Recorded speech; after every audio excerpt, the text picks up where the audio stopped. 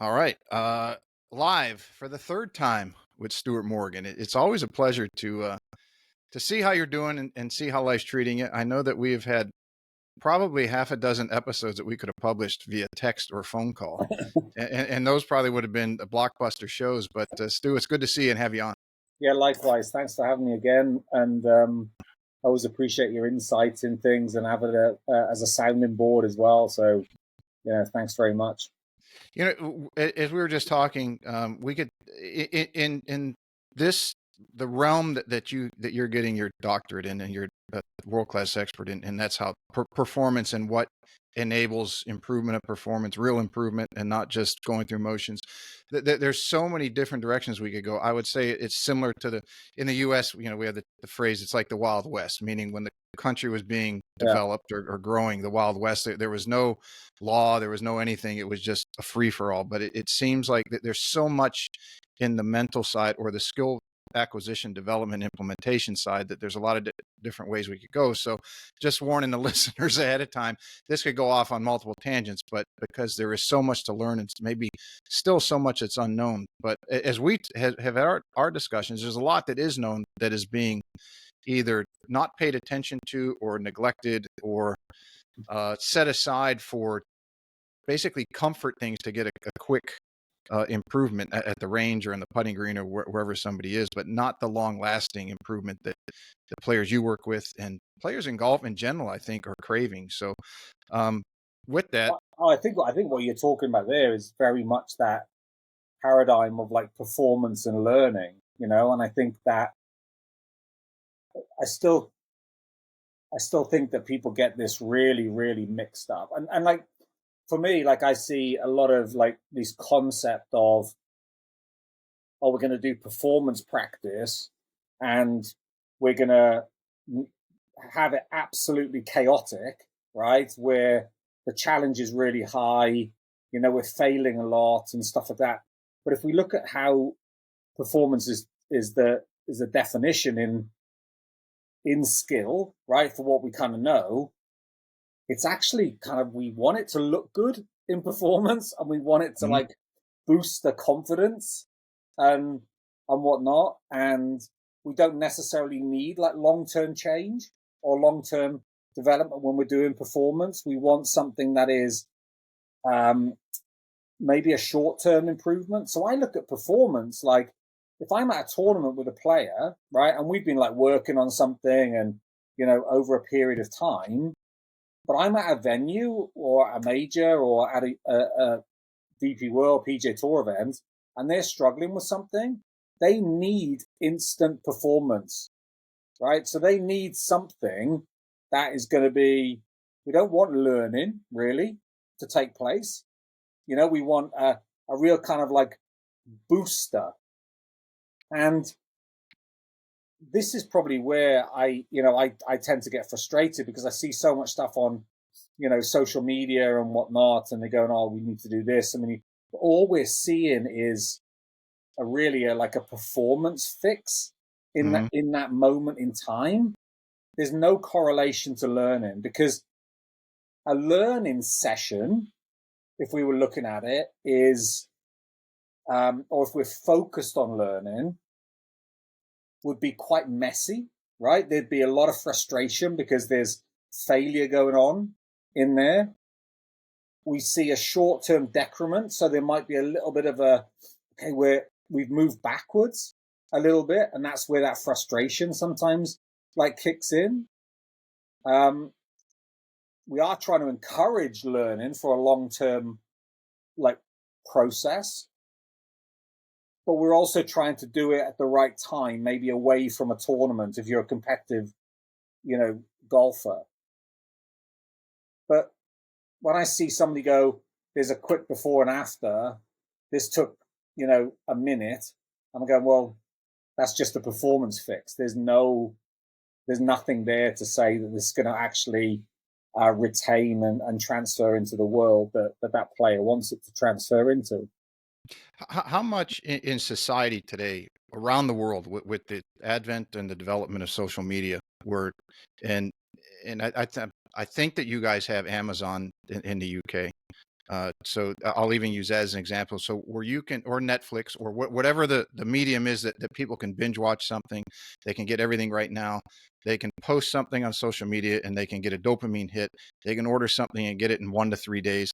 So that dopamine reaction, that there's a lot of discussion now in the physiological world about dopamine addiction and people Mm. getting quick hits of dopamine.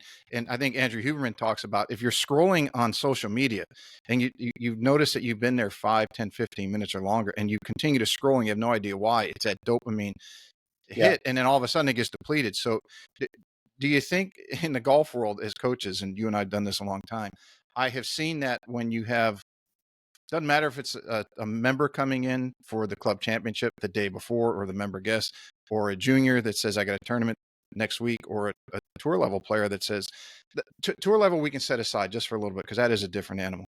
But do you think that golf has experienced what the world has experienced as far as that addiction to dopamine, where they want that quick fix so they can hit a ball solid, and that seems to think that they're going to have the confidence to allow them to play good, but then it seems like a cascading of, they always think they need a quick fix if they have success in the first tournament that they do that in, which is the detriment to overall development of a skill and advancement. Yeah, I mean, like, quick fix is like, if you have the economic means, you need to go back like regular for, almost like 3, 4 times a week to go and see your coach, Mm-hmm. right? And have that constant boom, boom, boom, boom of like starting to hit the ball better. But it's not sustainable, is it? To be honest, I don't know whether it's it might be dopamine, right? And it might be that. I'm not sure people recognize it as that, to be honest. I think that it might be just the way that the world is, and or is going. Um, I had a guy over for like 3 days from India, and he was like talking to me about, I can order like something on my app, and it's like with me in like 2 minutes, and I'm like going, I'm not sure that's a good thing, I really don't. Like, there's no process of like going out and like, okay, planning your food for the week, or going out and buying it and then cooking it, and so on and so forth. And I think in some instances there's that challenge with golfers where there's not that longer term thinking of maybe like where I want to go or what I want to do and how am I going to do it. It's more that, okay, that quick hit.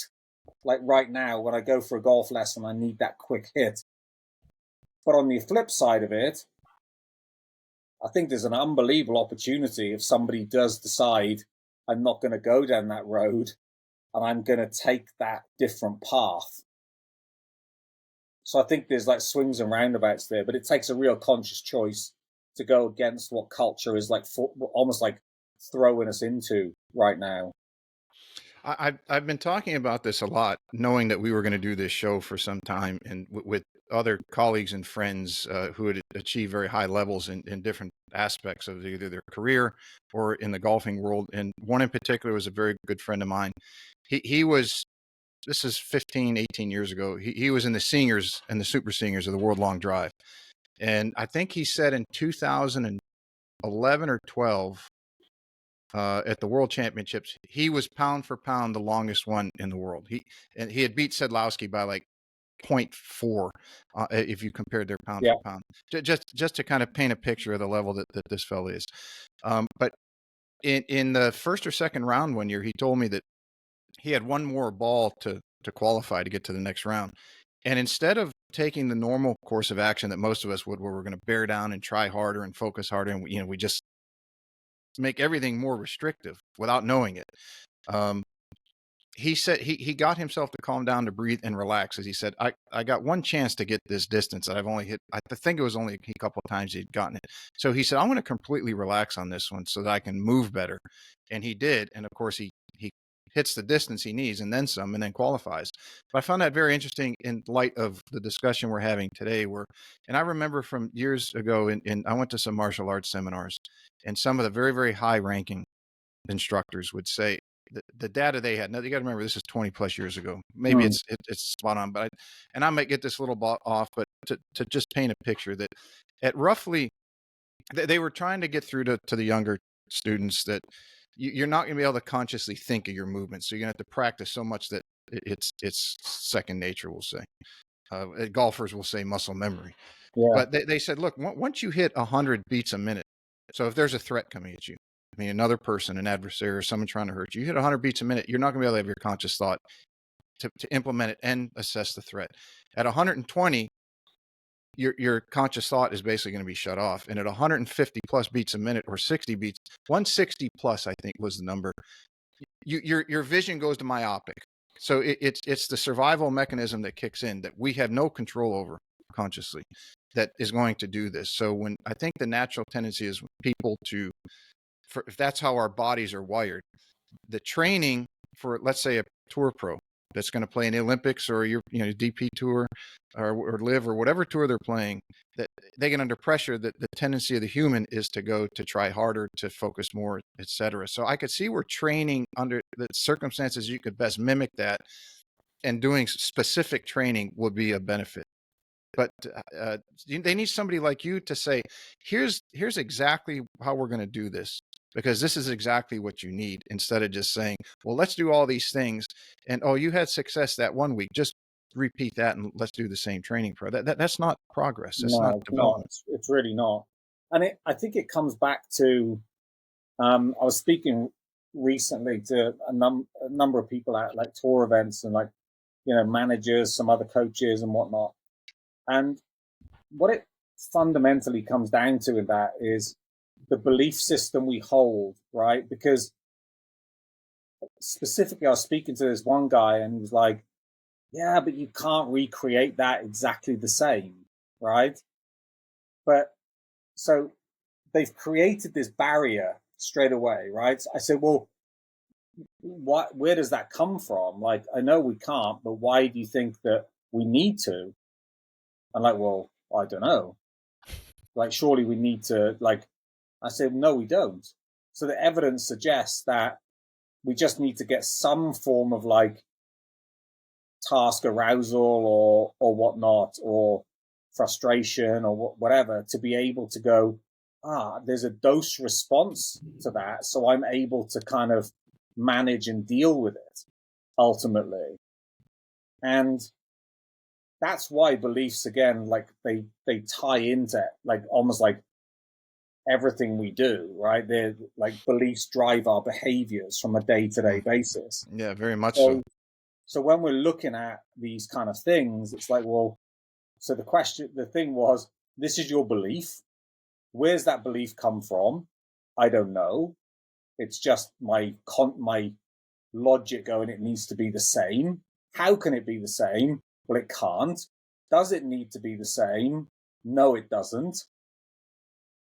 So if we do a little bit, now all of a sudden, has your belief changed? Yeah, my belief's changed on that because we've provided some sort of like alternative to what that belief was. So then all of a sudden we start to change behaviors. But we can't just go, oh no, that's a load of rubbish. Why do you think that? And just dismiss it. There has to be something that we provide differently, right? So see on Bylock, or I think there's a paper in 2010 to do like pressure training and whatnot. It just shows like this little dose response for athletes to be able to go, oh, I recognize this is happening. So can I regulate what I'm actually trying to do? But I think what it comes really down to is too much need for comfort, and like that principle of around goes back to what we were saying about performing, right? Performance practice makes me feel good because I'm successful. It's a quick hit.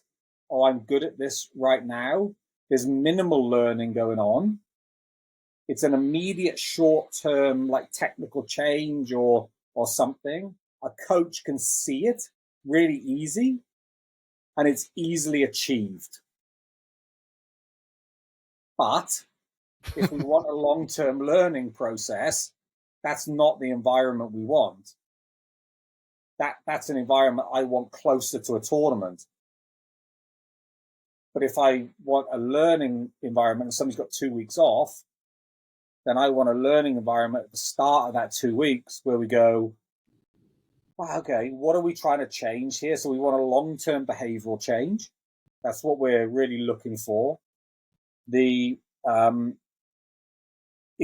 whatever we're doing has to be adaptable to multiple different environments that we're gonna go into from a skill perspective. It's quite difficult to observe from a coaching standpoint because there's lots of fluctuation, and it's quite difficult to achieve because there's a lot of frustration, and there's got to be something that you're doing that you haven't done before. And that's where that kind of challenge comes from. So if somebody wants comfort all the time, they're not going to go there. But if somebody wants to challenge themselves to really get better, then we need to go there a little bit, over a period of time to be able to see if that actually pans out and improves performance. And we can't actually see this unless we watch people play golf. So it sounds like, is everyone talks about force precedes motion. That's kind of been going on now for some time in the coaching world. Not so much that the general population of golfers might not hear that, or they might hear it from their coach and here, if you're trying to make a change. But it sounds like that in order to get to where somebody is willing to go through that difficulty or the challenge of learning something new, they usually have failed enough that they've come to a point that they're accepting. They've gone through enough discomfort of things they don't want to, that they're willing to accept the challenge of, okay, I need to be uncomfortable because what I'm doing isn't working. And, or they have something that they're shooting towards, a goal, and they're not getting there, and they keep falling and falling and falling, i.e. failing still. And they're like, this is not working. Regardless of the reasoning why, I think people get to a certain point where they're failed enough or have not reaching what they want to do in golf or in their life, that they're like, I have to do something, and it's not going to be comfortable because I'm not good at it. And they just accept it, and then they're like, and the cool thing is, and I think once people in general, and the easiest way to me to explain this part is weight training, because enough people have done weight training, and when you first start to do weight training, it's like, the beginner might be challenging to get 10 push-ups. Let's use something very basic. Within 3 months, if they do it consistently there in the gym, depending on their age, as we were talking earlier, we can't do as much as we used to. But let's say they're a young, late teen or early 20s, and they never train. Now they start training, and pretty soon, 6 months in, they're doing 50 to 100 push-ups. Now they can look back and say, yeah, it was hard, but look at how far I advanced. So they start to, so long as they stay on that path of understanding there's a discomfort, that they're going to be uncomfortable for a while, but look at what the result is at the end, and how you look back and you're very thankful for the difficulty that you went through to get to where you are. I think if you talk to most Navy SEALs, they would say the same. Hell week is miserable. Yeah, and within that, it's like going, what am I striving towards? Like, why am I doing this? So there's like a level of purpose to it. I think what you talked about earlier is that it's like I've suffered enough, right? Where I need to do something different. I've tried this. This is bullshit. And I just need to, I need to do something different, right? And I think everybody's been there at some point where they just go, enough's enough. I need to try something like new here. And I think it does really come down. I think that like Jim, the fitness training element, like the analogy is brilliant, to be honest, to get people to kind of understand this. But again, like we said, there needs to be a period of doing something, right? Of what needs to improve your golf. And that's a joint discussion between coach and player. We need to do this for a period of time. But there also needs to be a time when we don't do it, to then reconnect to it, to see how much of this have I retained, or how much of this have I actually learned. And then there needs to be, well, are these things that we're doing here, are they adaptable, or are they robust under certain stressful conditions, like a tournament golf or whatnot. And I think one thing that happens in learning over a period of time, we have a little bit of regression if we stop doing something, but it's how far we regress. That's the big element of learning.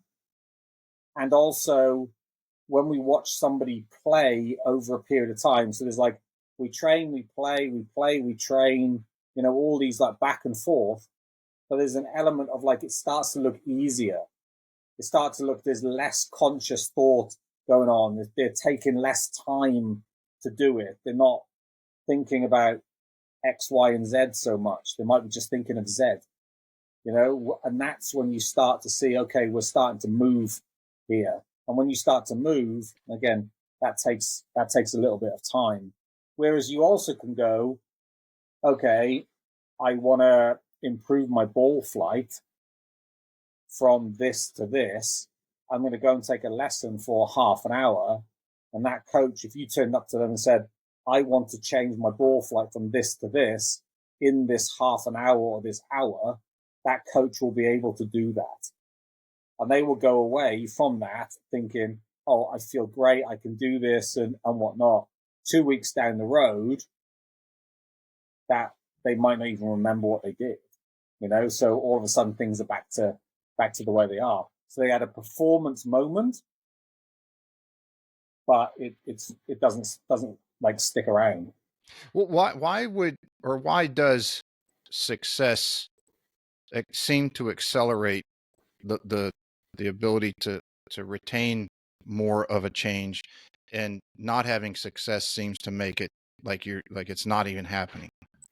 Is there a mechanism or something that causes that, or is it a false sense of security in that both are the same, but you're just not getting the result you want? Yeah, I mean, like I said, I don't think they are like necessarily the same. I think one is like instant success. We can give somebody, we can see it. It's relatively easy in that moment, but to actually have that somewhat retain over time, be transferable to multiple different environments, and that's a different kind of process. That's a different training process than what we just think of going for a lesson and getting a. Now, at the end of the day, if I'm a club golfer, right, and I've got a competition on a Saturday, and I don't have any time to practice and whatnot, I'm probably going to go and take a golf lesson. Actually, I would go and take a golf lesson just before I go out and play, because I need to be able to improve this ball flight quick and hope that it kind of sticks around long enough to get me through 9 holes or 18 holes. So if I had a competition on Saturday, I might even go Saturday afternoon. I might even go Saturday morning, or I might even go like Friday afternoon. And that's okay, right? But it's knowing what the difference is. Yeah, deciphering something that gets you through, like an aspirin. Okay, let's use that analogy. If you have a back issue, golfers most do, and you're going to go on a friend's trip. You're like, from here, we're going to come over there to the UK, and we're going to play St. Andrews, and then we're going to go up to Troon. We're going to play all over there. Or if you guys come over here, you're going to go to Pinehurst. You're going to play 3, 4, 6 rounds of golf in 5 days. Taking an aspirin to alleviate your back pain so that you can get through your rounds of golf and enjoy your time with your friends is a way to do that. But if you've got disc herniation, then taking aspirin to just mask that pain over the long haul, or months or years, is going to do more damage than is good. You need to go have that looked at by a therapist or somebody who can really address the cause of the issues, that you can get off the aspirin at some point. So hopefully that will clear it up for some of the listeners who might not understand some of the terminology in depth that we're using. Yeah, and again, it's like, it is that exactly. It's the same as like cramming for an exam. Like, if I cram the night before, I'm hoping enough sticks around, right, that I can go and take the exam in the morning and I can pass my exam. But if I'm asked about this exam in like 2 weeks' time and I can't remember anything about that exam, or what questions, or what any then I haven't learned anything. Mhm. I've just performed to pass that exam. And like I said, Pete, I'm okay with that as long as we know where we are with the player or whatnot. So if a player's at a tournament with me and going, I'm underperforming in this area, I'm probably going to just do something that gets them that short term performance. But if we're looking at something like for a longer term process of like, okay, I'm 100th in the world, I want to get to like 50 in the world, well, that's a longer journey. You know, that's not just about one performance. That's about multiple performances over time. So there needs to be some things that we kind of learn and we understand what those environments are, you know, to practice and to train. They're completely different contexts. Yeah, the one thing that irks the hell out of me is when people, and it doesn't matter. I've had this discussion or even a debate, we'll call it, with some very good people in their fields, whether they're training people online or they're other coaches or they're in some way, shape, or form experts in their discipline that is attached to the golf world, and that discussion revolves around talent. They'll say so and so is very talented, and I was like, well, give me your definition of talent, because if it's they were born that way, there are certain things that allow that people would be born with. In other words, if it's a physical predisposition to be good at X, and the easiest description is if somebody's going to grow to be 7 feet tall, the chances of them getting an MBA are hell by greater than Yeah. somebody who's 5'6". So if you want to say that that's talent, I would agree. But to say that somebody is pure talent, I I, I was like, that's not simply not true. No one comes out of the womb knowing how to hit a golf ball or make a putt or hit a chip or flop shot or chip into the grain or carve a shot around, the list is endless. Nobody knows comes out of the womb how to do that. And Tiger Woods is the one everyone points to. I say, you realize that Tiger, since the time he could basically walk, has been swinging, not only swinging a golf club, but his dad worked on his game, his mental game and everything. He had people for his physical, but his dad worked on his mental game. It's built into him, his whole being as a person. Like it was developed around that. Not to get off on a tangent, but I remember a story of my grandpa when he had chained his bike to a tree, and he took at his uncle's house, and he took my dad to many years later, 30 some years later, to that house, and my dad's uncle said, "That's where your father parked that tree and chained it," and the tree had grown into the chain.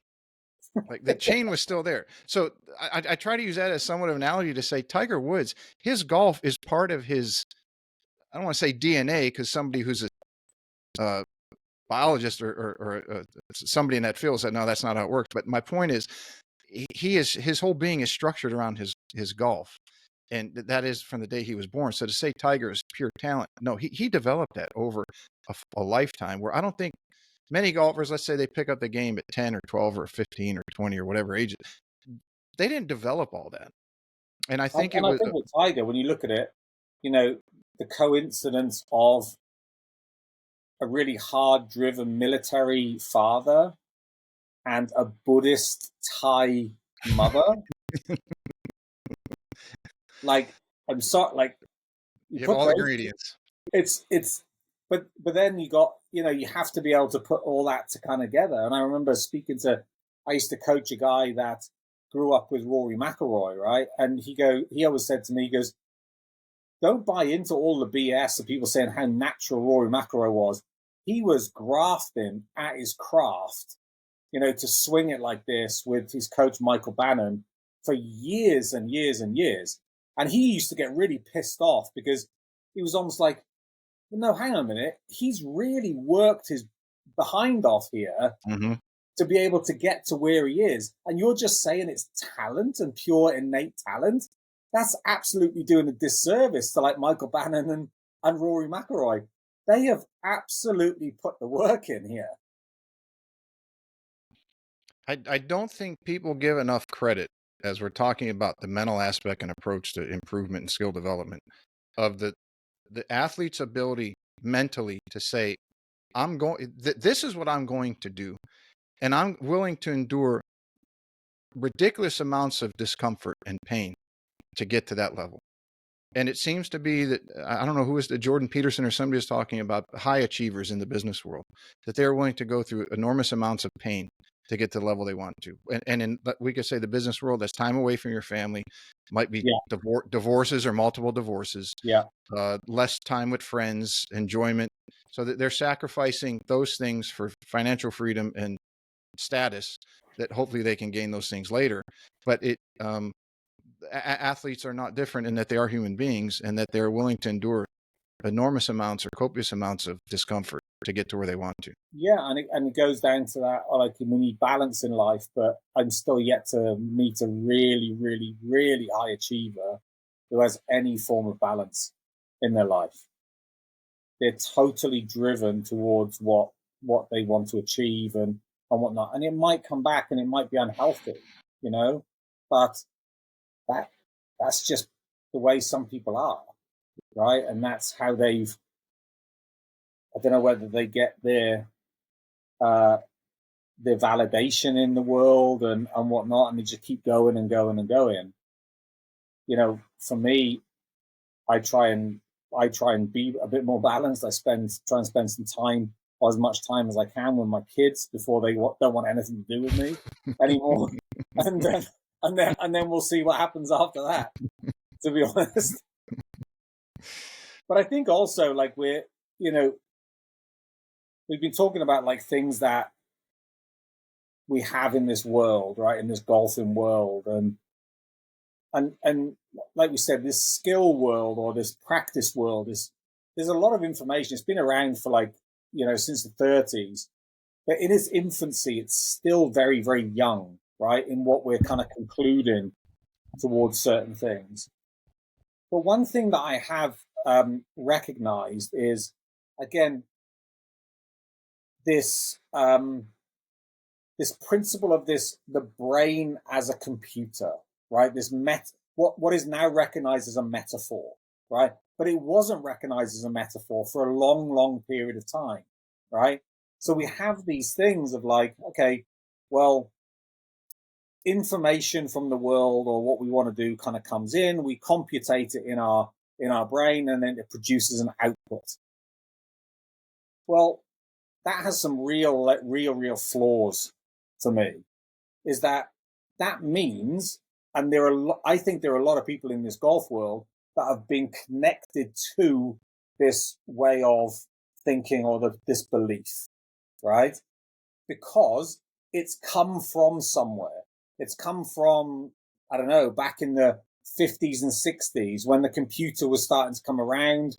There was a lot of stuff done through the military, at that time, into sport and so on and so forth.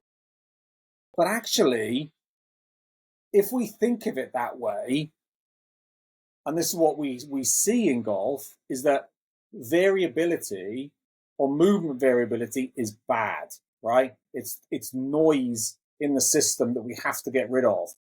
So if we think of it as a computer, and we're writing a program to run in a computer, variability is very bad, because we're not going to have that program run.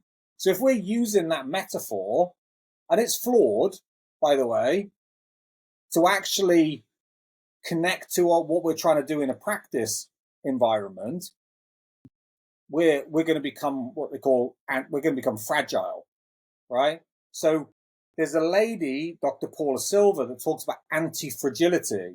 There's even, like, scientists in Germany called Dr. Wolfgang Schulholm that talks about differential learning, where we actually encourage variability, and we encourage, like, these parameters of movement and whatnot, which enable us to become somewhat anti-fragile. So we're able to adapt no matter what happens.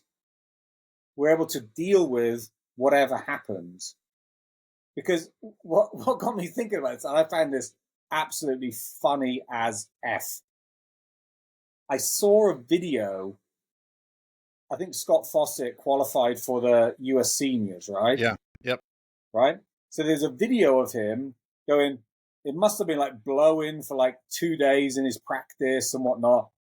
And then all of a sudden he turns up on tournament day, goes, well, I've been training to, like, hit it low and whatnot for 2 days. Now all of a sudden it's a beautiful day on Thursday when I'm about to peg it up, and it's a completely different day. So I have to like learn how to hit it high again.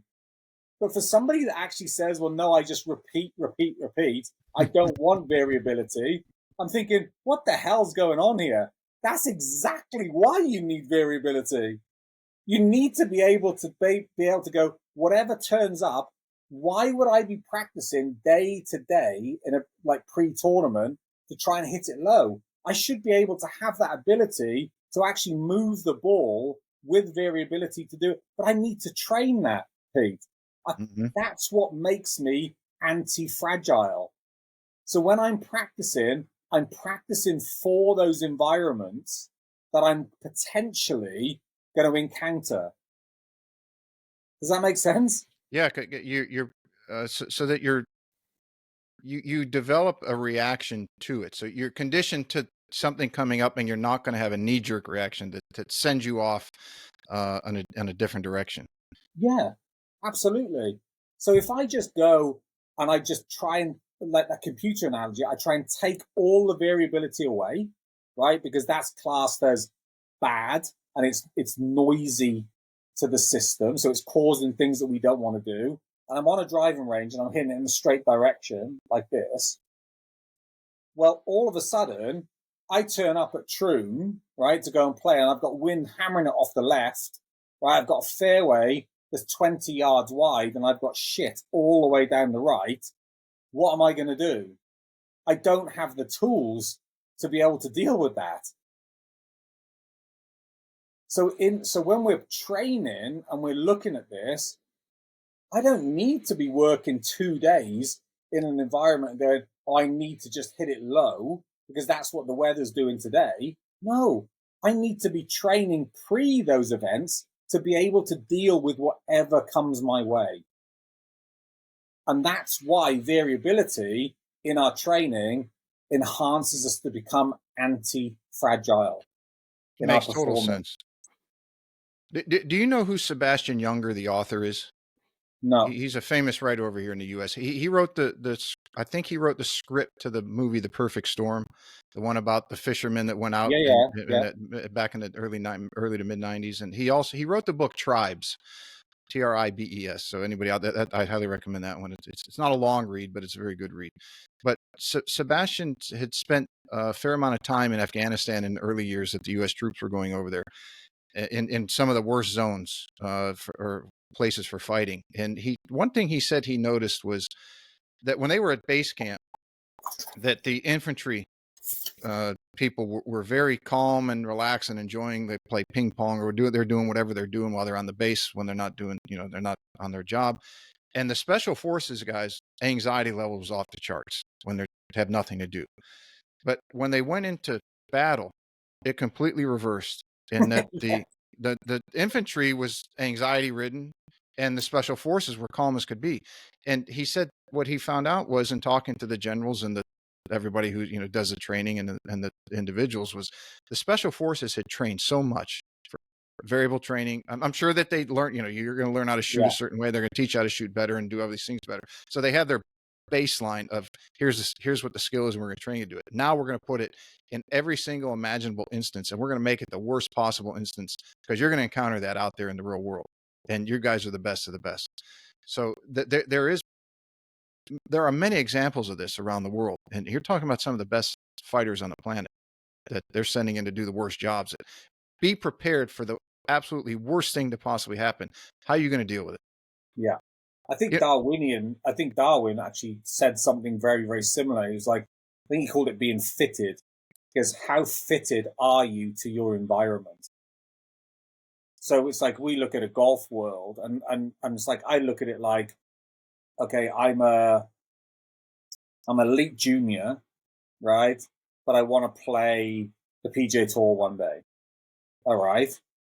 Well, what ammunition do you need to have? Like, how do you need to be fitted for that environment that you're actually going into? But the irony of that is I can't keep doing performance practice. I need to somewhat learn these things to be able to be fitted when it kind of comes that time. So the training that I'm doing on those days, It doesn't need to be from one day to the next.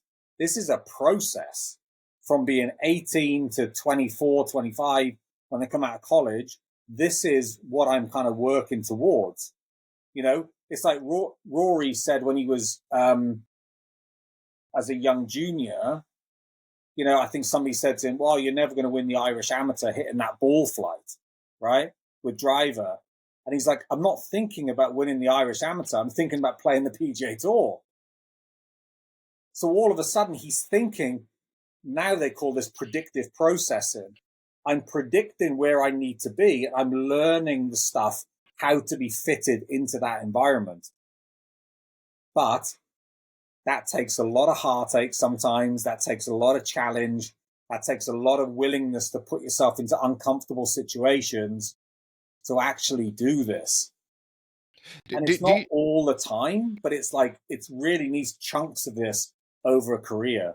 Do you think that to follow that direction, in that you have the goal to play the PGA Tour, or you have the goal to win the tour, or to win 20 majors, or you could insert whatever you want to, but you have a very lofty goal, and that if we look at yesteryear, so the Trevinos, the Nicklases, the basically, let's say before there was really a lot of swing instruction, so players had to develop, and let's say that they might have had at that time the goal to reach the PGA Tour.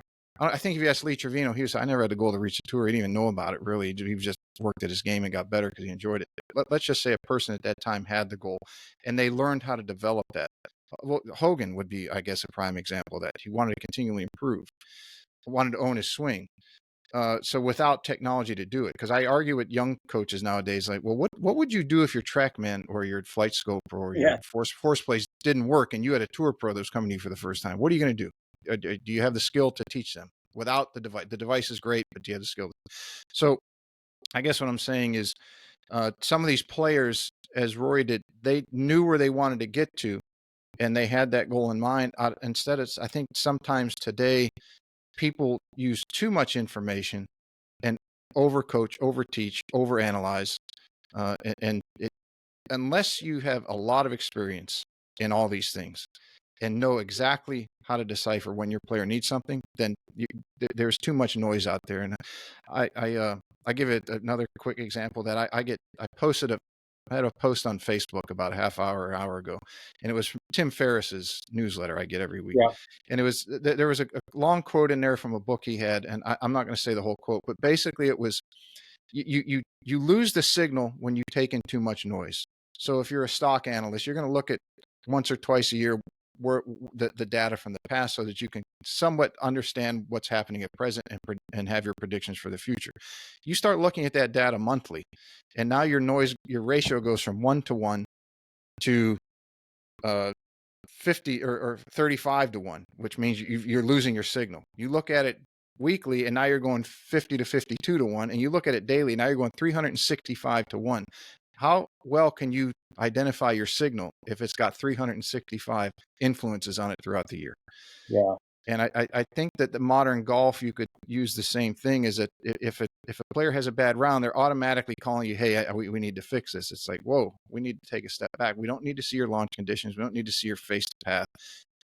We need for you to understand, here's the big goal. Keep that signal in mind. And how are we going to get there? Working in instead of always working out.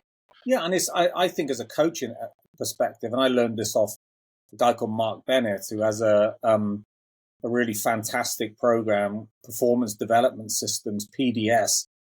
And I'm not saying to them, you need to do this, right? They're telling me this is what they want to do. So then I'm going, well, hang on a minute. You've told me this is what you want to do. Are we still going there, or do we need to reaffirm or change your goals of what you're doing? So because are your behaviors right now matching where you want to go? It's like a yes or a no. It's like, yeah. The other thing I see within that is I'm not sure how many players nowadays, or young players, like, say I want to play a PGA Tour, DP World Tour. All right. How much time do you spend watching the PGA Tour or DP World Tour on the TV, or if they come into town kind of close to you, like how often do you go there? Like when I was growing up, we used to have a tournament called the British. It was at a place called Saint Pierre, right, which is in Chepstow, and it was like 2.5 hours away. I think it was called the Epsom Grand Prix or something like that. And we had like Woozy and Alathabal, and we used to like travel down there, and then that went away. And then they had the a tournament at Woburn, and we used to travel there, and we used to watch them play in there. And I think the biggest things that, I say this, and I've spoke to players about this as well. The difference between pro-ams and tournament days, the only difference is flag locations. So when you see, if I'm hitting a shot, right, on the range and I'm in practice and I want to play the PGA Tour, why am I taking dead aim at a flag with a 6-iron?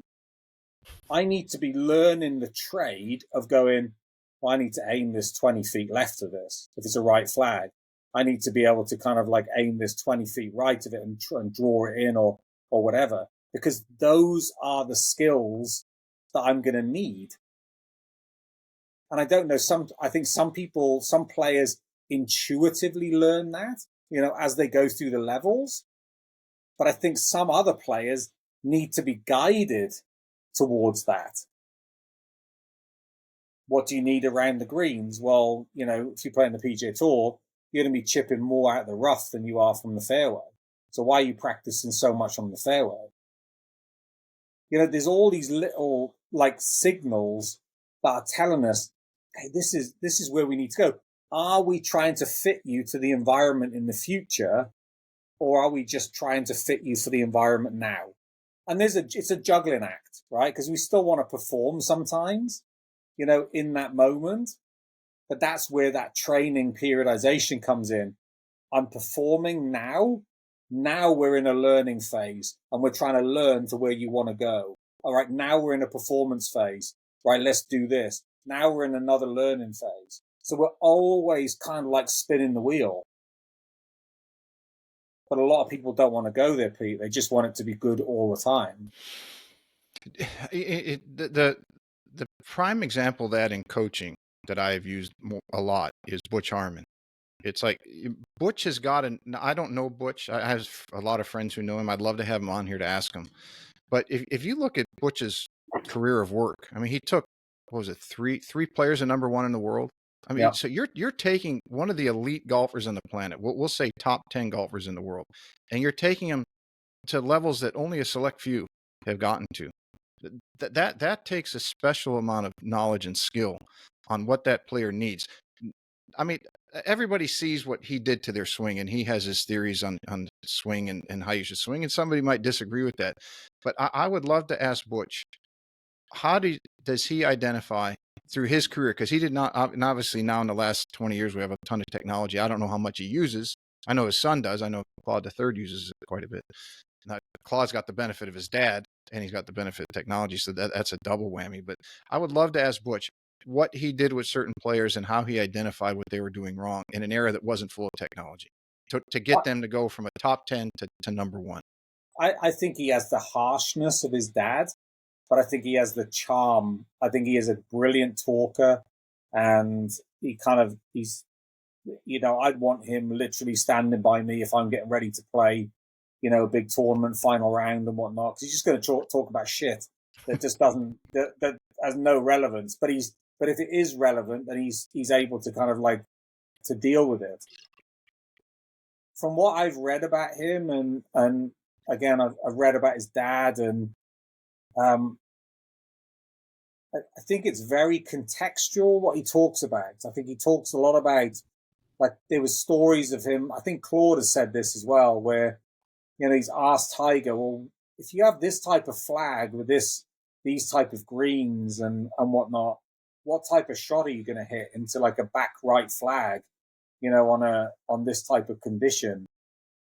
Can you take the spin off of this wedge, when you have these conditions? So it's very, very contextual to what he was.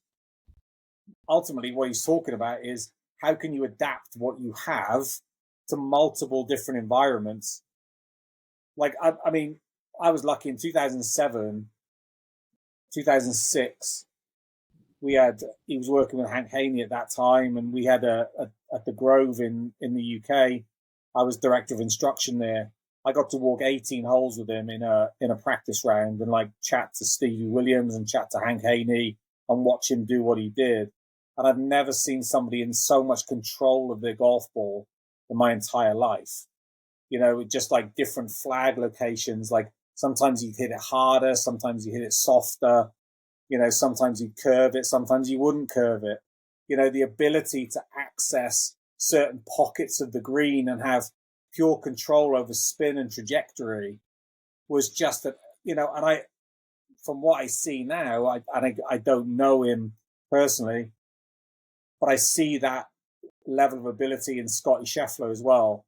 Like how often he does and hits it pin high to this pocket, this pocket, this pocket. It's just phenomenal.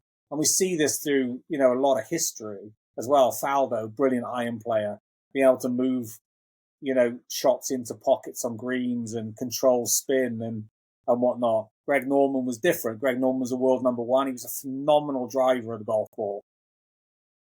But I think if we look at, you know, certain elements of, there's still very, very, Faldo was known for being a very, very, like a mechanic, right?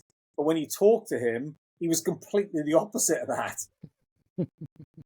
You know, he's talking about like when he was a junior, like flighting it around a tree he had on a practice area to flags and stuff like this. You know, so we have to be sometimes careful of what we're seeing and also sometimes what we're hearing from people. But I think it's great to give us some insight, to be honest. I don't know who I either listened to or had on the show that they use the examples of Faldo and Fred Couples on your environment and your developmental stages of your life and your game and how it affects you later on, because that's going to be your default. And I think they said that obviously Couples who grew up in the Pacific Northwest where it's a wet lot, and so his whole development was to fly the ball as far as you possibly can because you're not going to get any roll. And Faldo, if I'm not mistaken, you would know much better than I, even in my recollection of this discussion, was Faldo grew up on a driving range that was not very big. It's relatively short and not very wide. So he learned how to hit irons because that's really what he had to practice, and he developed the ability to do that. So it's interesting how environment will frame or set a framework for what that person is going to develop. And it seems I that think becomes everybody has their superpower as well. And I think that, you know, sometimes we always, you know, we have to be careful as coaches to not diminish what somebody's really great at. And sometimes that goes into that performance training again. You know, it's like at the right time, we need to reinforce, you know, like with Bernd, like over the last probably 18 months, we saw a drop off in his superpower, which was his approach play, his iron play. So before talking about anything else, our goal was to get back to those standards. And then we track it over time. We watch it in tournament play, and he's starting to get back, you know, to where those standards were. Whereas you look at, you know, I would say, looking from the outside, looking at Fitzy, I think Fitzy's really good at the bookends. He's a good driver and he's a brilliant putter. You look at Bobby Mack recently, really good driver, really good putter. You know, you look at Greg Norman. Greg Norman was a phenomenal driver of the golf ball. Tiger Woods, phenomenal iron player, and just being the ability to do something when it mattered. Mm-hmm. You know, Nicholas, for me, phenomenal driver of the golf ball, but the ultimate strategist. Hogan, phenomenal ball striker, had like probably the ultimate control of what he was trying to do with the golf ball. So everybody has their unique DNA, and that's why I love sometimes with the stats. Like Mark Brody says, well, everybody you know, whatever you get to, they'll get there in different ways, right, to win golf tournaments. And you have to find out what that is, and that's the exciting bit as well as a coach, trying to find out what that makeup is. Have you seen or read recently where Bryson DeChambeau was talking about how he doesn't, when he has off weeks, he doesn't even go on the golf course. He'll just be on the range, and whether he's hitting shots or whether he's focusing on something in particular, I found that very interesting, that he does that in a good way. In that, and I had this discussion with Scott Fawcett as well, as we did, about determining what an individual needs and then giving that what they need. Because, and he even agreed that, like, a tour pro who has the ultimate variability, because they're week to week to week to week, they're going different towns, different beds, different golf courses, different everything. So they have a ton of variability. So when they're off, they're working on block. And if you have a weekend golfer, they have they would need block because they don't even understand how to handle variability. They haven't gotten to that level. But I thought it was interesting with Bryson that when he's home, he's working on, and you could argue he works on block, he works on variability in his practice, but that he doesn't even play golf. And I find that interesting, because here's a kid who's been playing his whole life. He's playing 20 events a year. He doesn't really need to go on a golf course. He's working on specific things in his golf game that he knows he needs, as we're talking about. I would have to imagine that if Mike Shy still is coach, as I think he is, that they're identifying what Bryson needs to improve in the long term and what he needs to improve in the short term. And when he's home, those are the things he works on. And then he goes and does something else. So his brain is fresh. His body's not getting beat up. And I mean, the results. I saw that as well, and I found it, fascinating. It's like it completely matches how he sees the world, right? But also how Mike probably sees the world, right? So, Mike was a massive golf machine guy, right? Which has now been, golf machine talked about levers, right? It didn't talk about muscles, right? So it's flawed. You know what I mean? So yeah, don't talk about soft tissue development and neural patterning or anything like that. We have infinite amounts. This is like where we go into like the deep stuff for like coordinated structures. There's multiple ways that we can coordinate our limbs and whatnot to be able to hit a golf ball, right? And we also have these intrinsic dynamics, these intrinsic things to us of where our movement is stable and where it's not stable. Now, Bryson DeChambeau sees the world in that way. He's found a coach that sees the world in the same way. But yet, when you hear him talk about the US Open win, he talks about playing as a kid. So that's completely the opposite of what he's talking about. So maybe he's figured out and going, well, this is how I see the world, but I need a little bit of this. Because if I'm 100% of that, the mechanic or the engineer, I'm in deep, deep trouble because I don't play golf that way. Because if you hear him talk about how he plays golf, different flights, different spins, different curves and whatnot, that's not the mechanic that we hear or the engineer that we hear. Now, the thing for me is that, as part of my doctorate, somebody like that I would love to interview and see what his kind of like thought process is, because that's his belief system, right? But there might be areas in there where you go, okay, that matches to the information processing world. But there also might be other things where you go, we could improve that a little bit, by adding something.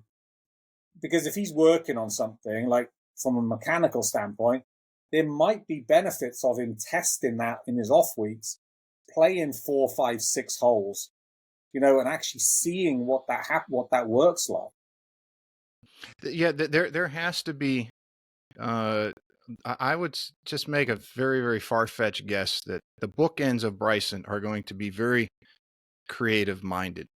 This might sound odd to a lot, and then the bulk of the majority, let's say that 80% in the middle, is going to be his mechanical aspects. So, so I'll explain that. So someone sitting at home says you're absolutely out of your mind. There has to be some curiosity that sparks his desire to go find out the analytical or mechanical approach to what he's going to do. So something is happening that he's seeing. What major did he do at SMU? Was he an engineering major or physics, I think, or physics? In physical and engineering, maybe. Sense. Yeah, so it makes sense. That's how he's going to see the world, right? I mean, but to the same token, Steve Jobs was an engineer by trade, but here you are, one of the most creative people in the world. Now, he of course said that great artists create, or good artists create, great artists steal. I don't think Bryson's stealing from it. I think Bryson, that there is a spark on the front, on let's say one pole that is taking him to where it's getting him pointed in a direction, and his direction becomes, let me solve this through mechanical process and physics.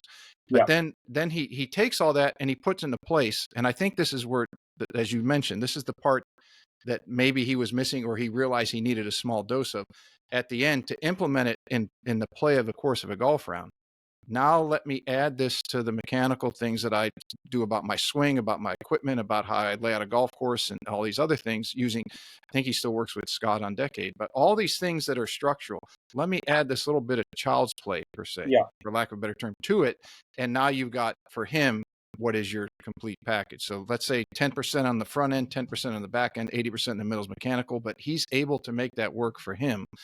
It would Because be as the opposite of somebing like Bubba Watson, right? Where you exactly. probably go, Bubba needs probably a little bit of that 10, 15% of just like going, I just need to check this stuff because otherwise it could get away from me, you know? And then I Mhm. kind of move around and do whatever I kind of need to do. And I think it's kind of knowing, but the thing for me with all that is then knowing what does your day-to-day environment kind of look like. And this is the bit that fascinates me more than the actual application. Where have those beliefs come from and how are they validated?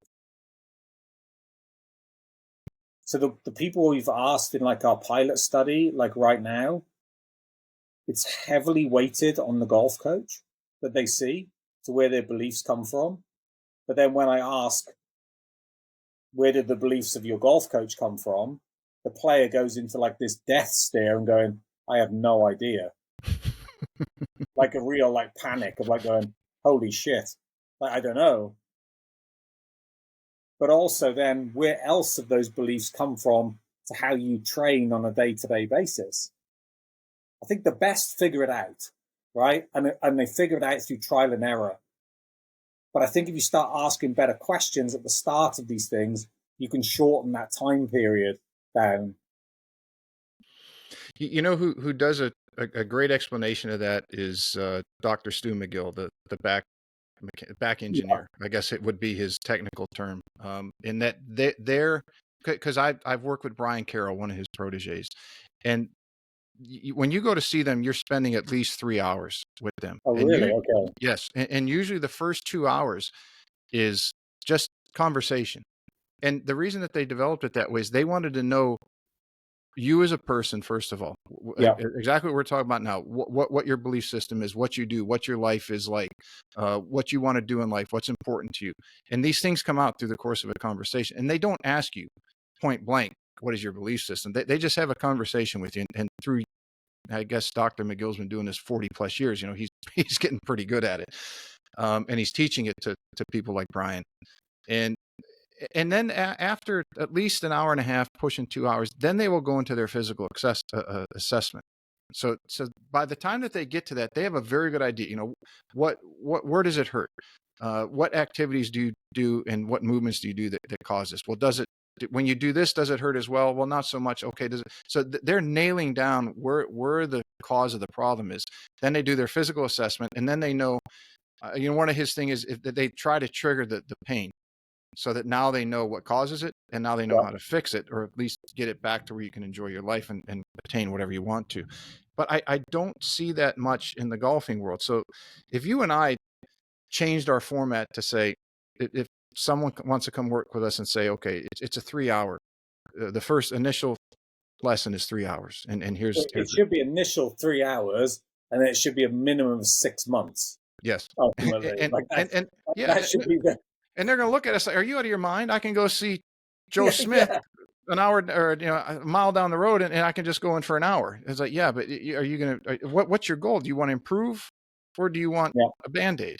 And I think changing that model, I don't think people in the physical therapy industry are doing, or even in the medical industry, you're lucky if you get 10, 15 minutes with a doctor.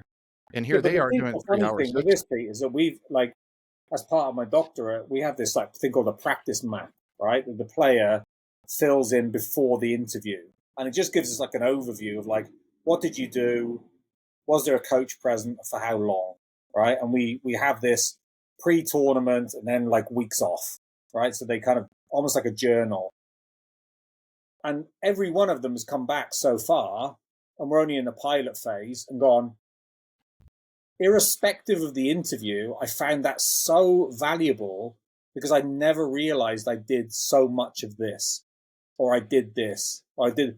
I'm like, going, yeah, that's kind of what an assessment like would look at, right? And the other part of it is, I think sometimes in golf, I do wonder if we look at, Joan Vickers, right, who's very famous for Quiet Eye. Yes. University of Minnesota. Yes, she also has a hard first process, right? So less in golf context, you go straight on the golf course, right? Watch and question what's going on, and then devise something after that. Like that to me makes so much sense. Mm-hmm. Because ultimately, I saw somebody recently, not too far from you, he goes, made a little tweak on the driving range, and then we went to pressure test it on the golf course. And my first thought went, maybe he didn't need to make that tweak in the first place. If you'd have gone straight on the golf course and you'd have seen like what's going on, it might be something different. Might be something happened 2 holes ago. Yeah. That set it off. So that's that hard first. Let's go into the battle first of all, and let's see what's happening in there. And then we start to kind of work it backwards. Yeah, I about 6 weeks ago, I went back home to Michigan, and then I went over to Chicago for a couple of days because a cousin of mine bought a golf course, Flossmoor. It's not even a mile down the street from Olympia Fields. And EA Tischler's over at Olympia, and EA's been on the show, and I called him up. I said, hey, I'm going to be in Chicago for a few days. Why don't you come over? We'll play Flossmoor, and then if you don't mind, I'll come over and spend a half a day with you and just watch you give some lessons and learn more about what you do and everything else. And he said, sure. So we did. And it was interesting to watch him teach because he has he and Mike Adams had partnered. That they have somewhat similar ideas on biomechanics and testing the body first to see what it can do. But EA is also studied, I believe, under Timothy Gawley. What the hell is the name of that book? The guy Timothy wrote the Inner Game of Golf. And the Inner Game of Tennis. Yes, yeah. And he spent, because he's EA's from Northern California, so he spent a lot of time in that group, and it was interesting to see his lessons revolve initially. Now these were people he had seen for some time, so I was only getting a glimpse. But I think the overall my theory on this is correct. There would be a subtle change in their swing because they had drifted from where they wanted to be. But the overwhelming majority of his lessons was him discussing with them their mental process throughout their swing. And he's done this obviously for a long time and has a keen eye to what to watch for. So he's watching their movements, watching their reactions, watching the look on their face and their body movements, and can identify. And he wouldn't tell them right away. If they hit a shot a certain way, he would say, ask them first, where was your mental state? What were you thinking about prior to that shot? What was your thought process? What was this? What was that? And I thought it was very interesting because I have patterned some of my instruction that way based off what somebody's going to need. I need to find out what they need, not what I think that I should give them without asking. And I thought that was very interesting to see that someone at EA's level was not focusing solely on mechanics. In fact, it was probably 1/6 of the time of his lesson with somebody, and he was focusing more on their how do they develop this, and what are the things that are affecting their ability to develop it and inhibiting that. But this comes down to, the evolution of what we believe based on evidence and what we know, right? So if I'm coaching the game and I use that, we go back to using that brain as a computer metaphor, right? Where I give it some input, give it some information, it processes, and then it gives an output. Well, that would mean that when I'm on the golf course, it just fires that motor program. But we know now that the environment plays a massive impact on how we move. So we have to take into consideration that the environment is a factor in what we're trying to do. Because I can't just go information in, computation, information out to some sort of idea or some sort of movement. Because I get on a situation where water's down the left or really tight tree lined, fairway, bunker there, my movement is going to change and my process is going to change.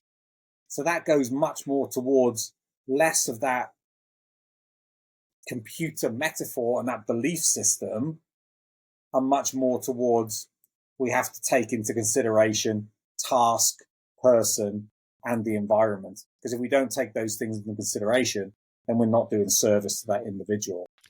I have said through this whole AI thing that everyone's saying how great AI, and I really don't know much about AI or how that works, but I do know this about it in the computers analogies. You said that went back to many, many decades, and as it was 50s being, and 60s. yeah, So, starting to be utilized in the sporting world, is that AI is going to be only as good as the input that is put into that yeah, system. And the because bigger thing, who's writing the AI? exactly. And Where they're getting it from. well, I recently heard on I think it was on Sean Ryan, is a former Navy SEAL here in the U.S. He's got one of the #1 podcasts in the world. I think he's top 5 or 10, and he's had everybody on. But he had on Vivek. Now, if depending on your political leaning in our country, you might say Vivek is nuts, and you might agree with him 100%. But Vivek is very good in the AI world because I believe that was his profession. He was in computers and technology. But the AI is now identifying if you have an American flag in your social media, it is categorizing you as somebody who needs to be watched, that you're a threat. So Really? to speak to how AI, as far as what input gets put in there, and it's not an all-encompassing input. It's not, I don't think, for lack of a better term, it's not a real-world input. It's not environmental input. It's just what data is input to that. And the second part of the AI issue I have is it does not take into account either, #1, the environment, which is what you've Yep. been discussing, and #2, the human Yep. human element, because Yeah. Yeah. how people are going to adapt. It just says, Yeah. here's what happened, here's how we computed it, so here's what will happen next. It does not evolve. It does not have an evolutionary aspect to it. So No, it it's doesn't. fundamentally flawed. And like if you go on you look at the AI and you ask it something, at the end of the day, it's going to be something that is already out there and it's kind of they're bringing it from somewhere. But how where's the updates coming from? And I'm with you in the sport world. It's pretty tricky, to be quite honest. Do you have through the data, and as you're working and getting closer to your doctorate, is there anything that shows, and we touched on a little bit earlier, why golfers or human beings in general crave comfort? I think it's linked to uncertainty. To be honest, I think we don't like uncertainty as human beings. So I think we associate comfort with uncertainty rather than the acceptance of uncertainty and like leaning a little bit more into that. But I also think that again, it comes back to like I would say n equals one, right? One person would go, "Oh, this is why I like comfort." The next person would say something different. The next person would say something different. I think it would be just one person you'd figure out with that one person. I think the fundamental thing would be there's a lot of injury and a lot of discomfort comes from uncertainty. So our search for comfort is heavily linked to that. But what that individual would be associating with that would be very individual to themselves. I have said to many people that on the lesson tee, usually when they come to me and I tell them, I said, it's not uh, the right or wrong direction that you have. It's the amount of directions you have to go. And they look at me funny, and I tell them it this way. I said, if I dropped you off in the middle of the desert, it's not that you know what direction to go that causes you anxiety or discomfort. It's that you have unlimited Yeah. amounts of directions you can go. And one of the reasons you're here is for me to provide you with the direction you need to go. And then, we'll see if that direction is correct without using a compass or without using we use the stars, not just to use an analogy, is as they're playing their golf and relate it to dropping them off in the desert. But if we go a certain direction and it proves, we find out that that's not quite, and we need to deviate that pointer of where we're going, but we know where the star is that we're going to follow, or where we know where home is, then we can make those adjustments along the way. But that's why I tell them, at least they're coming to see me or any other coaches, give them Man, direction. I'm so with you on that, because I think there's so much stuff going on in the world of golf. So many possibilities of, like, you can heavy deep into like the physical element, the mobility element, the nutrition element, the psychological element. What we're talking about here is practice and the technique and whatnot. Technique is fundamentally down to one thing and one thing only: what that club is doing at impact. And if you're changing something, in somebody's golf swing, if it doesn't influence that based on what the player needs, then it's probably not going to work, to be quite honest.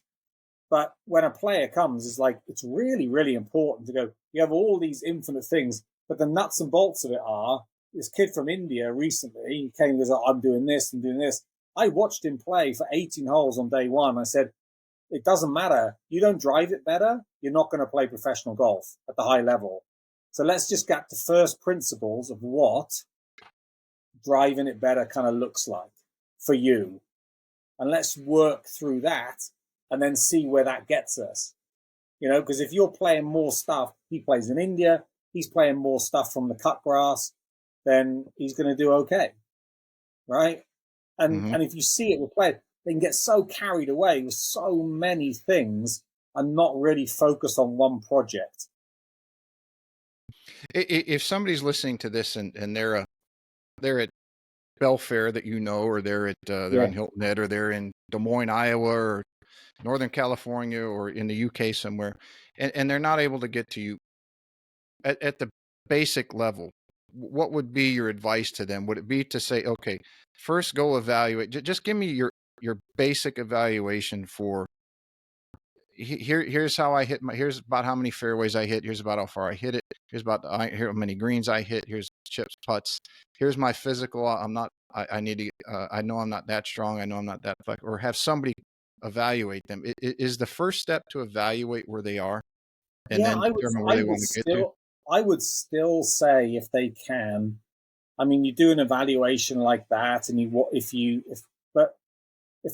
if somebody can, even if you can watch them play for like 6 holes, right, or go through the multiple sections like tee shots, and give them some scenarios, right? Approach play, give them some scenarios and see how they deal with these things, and just make a kind of a soft look to what they're doing. Or is that normal? What are you feeling right now? How does that make you? Blah blah blah. And you go through and say, okay, well, maybe this is where we need to look, like straight away, or like in this moment, and then just kind of make a little bit of a plan, kind of going forward from there. It doesn't need to be too far in advance. It needs to be just like, okay, in the next couple of weeks, I want to see you once more. How many times are you going to be able to practice in the next couple of weeks? Let's do a little bit of education, and let's reframe, or let's relook at it after 2 weeks, and we kind of go again, basically. Does that make sense? So it's not, I think sometimes we can get too far ahead of ourselves and whatnot. But that also does remind me that we have a thing that myself and a guy called Peter Arnott at like Practice Thinkers right now. So we're in the process. We have a coaches. So this is really like, we've ultimately designed this for collegiate coaches, but it kind of is anybody that has sort of like competitive golfers in their stable, it will benefit them. But the collegiate thing, I know how challenging it is for some of those coaches, because they're so hung up on, you have to perform because this is your job, right? So we've devised a practice course. Erin Thorne has done it at Kennesaw State, and she loves it, absolutely brilliant. So the coaches element, or the course, is going to be, how do we practice? How do we periodize it to help transfer to performance? We're also going to have a players one. So the player and the coach can then start to speak the same language.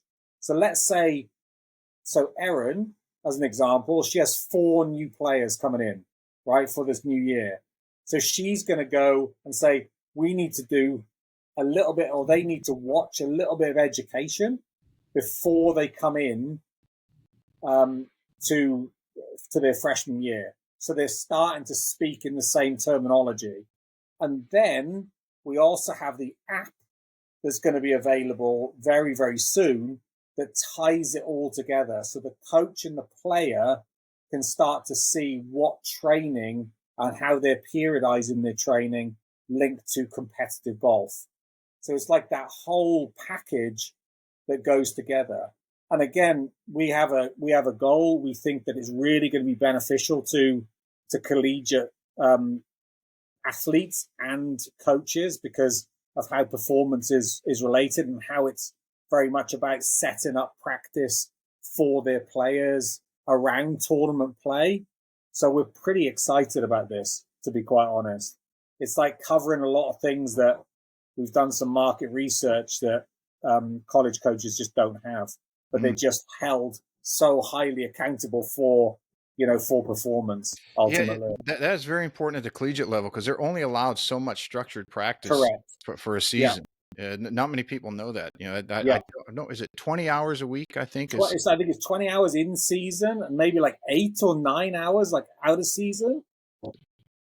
So it's really important that they get into this process of like, this is what they're doing on a day-to-day basis out of season and when the coach can't see them, Yeah, it can give them some structure to exactly. Here it is. We know what you need. Here's your plan. Go do it, and I'll see you in 6 months. Yeah, exactly. Exactly. For some of the coaches out there, even the younger ones that are, let's say they have some experience, and now they're getting to a level where they're not just looking at X's and O's, the mechanics of the swing. Because I remember going through this, and it took me a long time to understand this. Is you're looking at, what a student needs to do, at least as far as the mechanics of their swing. You know what's wrong. You know what they need to do. But how do you work with somebody, a student, or what should a coach do when a student when a coach instructs a student and and the student says, okay, I got it. And as soon as they get set up over the ball, you can see that student's mind start spinning and that they want to believe what they were told, but they've had so much failure. Let's say they chunk or they shank or they do whatever. We'll use chipping as an example. And you can just see those gears just going at 9,000 RPM. Yeah. Because that happens at every single level of coaching with any student.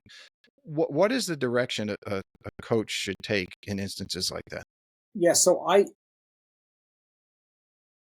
there are a lot of people will say, oh, we need to don't think of anything. Right. And I don't really buy into that at all. So what I would do is I would go down this dual tasking route.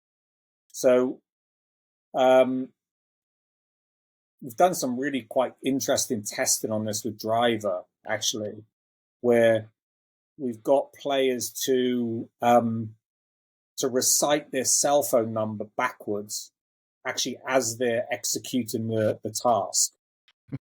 Or to count down. So we have one girl played at Ole Miss, right? Won a national championship. She's pretty winning. She's going to win. She's leading rookie of the year on the LET right now. She won this year. And when she won in South Africa, I asked her on this tee shot, what did you do? And she went, I went to your count backwards from 7, right? So we go from 100 and she counts backwards in 7, but actually as she's hitting the shot. So what it does, it's consuming this working memory element, because that's the stuff that gets us in trouble. When we get too conscious of what we're trying to do with our movement, that's what causes the issue. And what we do then is we start to see, well, what's actually really happening here? And then we can kind of work with that. How did that feel to you? Oh, I felt like I wasn't in control of anything. Okay, well, what if we did the same thing, but now you get a clear picture of where you want to flight it to or whatnot, but you walk in and you still do the same thing. How does that? I still feel like I'm out of control. Out of control of what? Out of control of my movement. So you're telling me you don't feel you're controlled at your movement? Oh no, I can do the movement. Okay, so you are controlled at it. So all you're doing is you're basically trying to go through this process of going, strip it back, see what they do, and then you can kind of, I think you can educate them. It's called dual tasking, basically. So you get them to do, they think that they can't do both tasks at the same time. They can't count backwards and hit a pitch shot over a bunker, but they can. It's unbelievable. And they actually get better at it. That's interesting. Very interesting. I have to try that myself. I do it with chipping, right? Because I had the chipping yips, which stopped me from playing. So I do that now. I'll just go through this kind of process of like dual tasking. I did it a long time ago, but it was more to do meditation and through hypnosis at that time. So it was a process linked to that when I was competing. But I didn't know what it was at that time. I was like 19, 20 years of age. And then you start to read a little bit of the theory behind it and you start to realize, okay, I'm not interrupting the motor program here. What is it? Because I've experienced this year since I haven't played. I honestly think I played 8 rounds of golf, and most of that was because coming back from injury after getting back into it last year. But I have played very, very well in that I would say that my average, outside of the one time I did play 3 days in a row because I had some family in town and they wanted to play. So the third round I was just spent, from not playing at all. But I was, like running a marathon. You're only going to run so far before your legs lock up. So, but I would say that I'm averaging a couple under par per round over the course of 8 rounds. And it's more to have fun and enjoy golf after all the shit I went through the last few years. That I'm actually very grateful to be out on a golf course and it's fun and I'm playing well. I haven't put it to the well. I will back up since I'm the student now and you're the coach. We're going to use me as an example. Last year was a very similar thing in that in the Hilton Head local tournaments. Last year in the match play, I got to the final. Lost in the finals, 36 in one day. I'm playing kids 27 years old. It's too much golf for me at that point. Lost one down at Harbour Town. So 2 weeks later, and I'm very confident. It's come back. Things are working, going the right direction. 2 weeks later, I go to the Hilton Head Open. The expectations now are high. Yeah. And I play like shit. I mean, I don't play like shit. I just don't play the way I want to. And now that anxiety and stress level are reaching red. And it's like I'm pushing again. So this year, understanding what I messed up last year, it's like, okay, if you're out here, no expectation, because again, I had the injury. It's like, okay, just swing so you don't hurt yourself. And the scores have been great. So now my thought process and where I came up, and it was good for this show, is if I do go back and play some competition later this year or even in the next year, how do I keep that same mindset of not pressing down the accelerator, or how do I prepare myself for the variability of when I do press the accelerator, because now you're getting into bigger tournaments and the competition's big, you have to perform. How do I get it to where I don't overrun myself and get into the red again? So I think it's the question of when you're in that moment of like, super chilled, sort of, no expectations. It's like, what is that? Is that just about hitting golf shots, or is that, you thinking about scoring, or you think what it is? And then when you start to play well, where does your kind of feeling and thinking go there? Like Raymond Pryor and what's his name, works with Cam Smith. I like Ray. Ray's a great guy. Jonah Oliver talk a little bit about this this thing called situational acceptance, right? So I think Jonah talked about it where, when Rory kind of he back-ended a top 3 or finished second at Augusta one year, she was like 7 under, like final round. But it's like that situation acceptance. It's just like, okay, I'm just out there playing golf and seeing like what, how I can do that. If he's one off the lead starting, is he accepting that all sorts of things can happen during this round, or is he kind of like completely locked up, thinking, "Oh, I have to try and get it around this golf course, in this score or this score, or put And I it think there or most put it people there." default to that. So yeah, like Yeah, you they do. usually. Yeah, So what is the answer for that on yeah. for? I think it's paying attention. So awareness comes down to the first part of it. It's like going, it's is it are you getting kind of led towards what you want to achieve, or are you just about, okay, can I hit this tee shot the best that I can for this type of shot that I'm trying to hit, and actually have some kind of like challenge doing it ultimately, but accepting that there's levels of uncertainty there that I could screw up here. And when we don't have that connotation of this is what I want to do, a lot of the time we fall into it, and we fall into that. Yeah, I'll hit this shot. If it goes in the trees, I'll deal with it then, type of thing. So I think there's an element of most people fall into it, Mm-hmm. but I also think there's a way of looking at it and going, if I go out and play 18 holes, and I'm leading a golf tournament, can I, to the best of my ability, frame that at the start of the day, and can I just accept that things are going to go well, things are going to go wrong, and it's how well I'm going to deal with it during the day. Yeah, I think Tiger was obviously phenomenal at that, and his win percentage when leading after 3 rounds was ridiculously good. And if we take Greg Norman, Greg was a great chaser. Yeah, How many times did he shoot 65 or lower in the final round to chase somebody down? There is a different mentality to both of those. It's easier being the chaser, I think, because you have nothing to lose. You're firing nothing to every day. lose, no. It's But Tiger also, I've asked a couple of people on this, and they both said that he's the best they've experienced of hitting the golf shot that the golf course requires, but accepting he'll deal with whatever happens after that. Like that, I mean, that's unbelievable to get. Mhm. Like, if you can get, but I think that also comes as elements of the Buddhism that comes from that as well.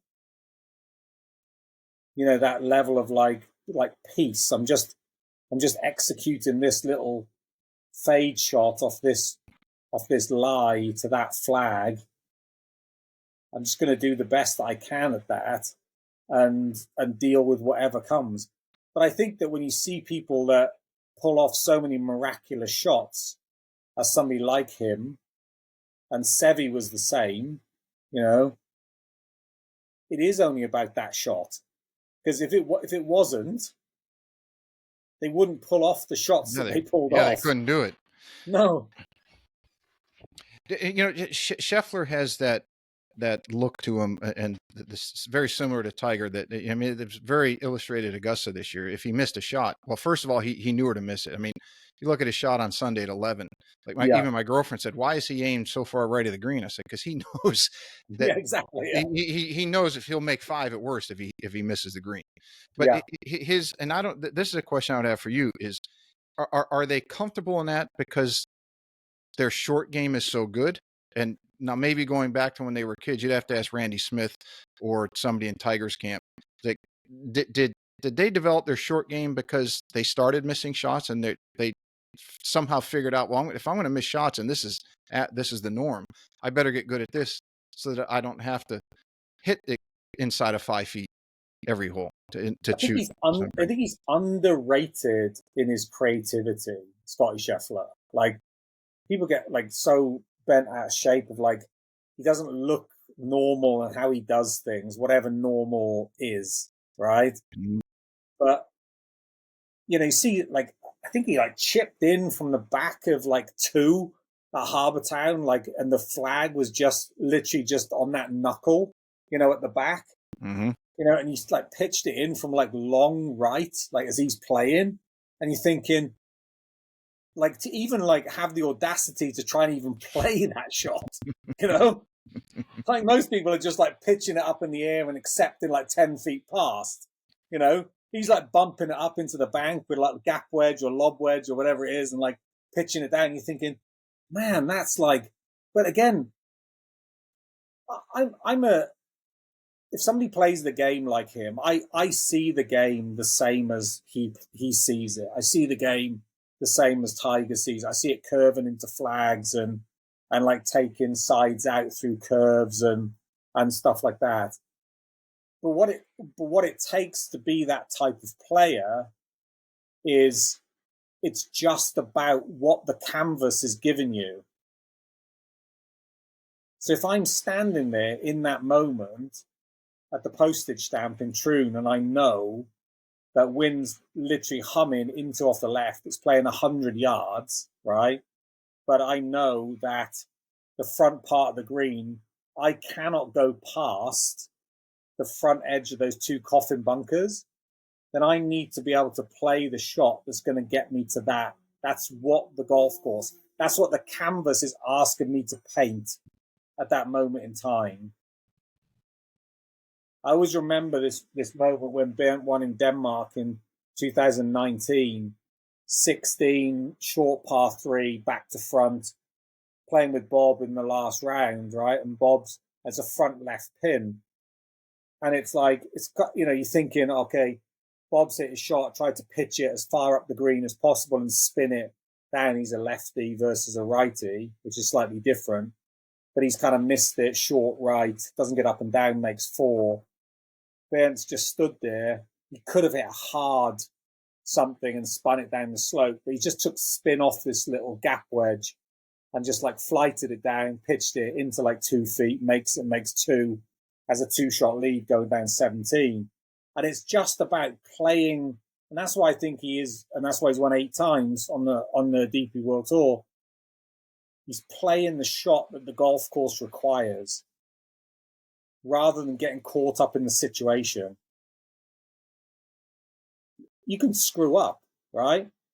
But it's much easier to screw up playing the shot that you know the golf course requires than it is of taking on a shot because you're playing with fear or you're playing like to avoid something and screwing up anyway.